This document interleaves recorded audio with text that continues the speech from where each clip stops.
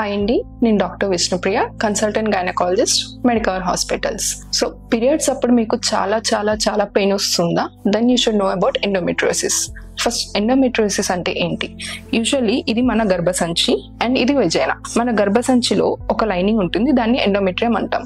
ఈ ఎండోమెట్రియం అన్నది యూజువల్లీ మన గర్భసంచి లోపలనే ఉంటది, ఇంకెక్కడ ఉండదు. అండ్ ఈ పీరియడ్స్ టైంలో ఈ ఎండోమెట్రియం అన్నది మన వెజైనా ద్వారా బయటకు వస్తుంది. ఎండోమెట్రియం లాంటి టిష్యూ గర్భసంచి కాకుండా బయట కూడా ఉంటుంది. సో పీరియడ్స్ అప్పుడు యూజువల్లీ యూట్రస్ నుంచి ఎండోమెట్రియం అనేది వెజైనా నుంచి బయటకు వెళ్తుంది.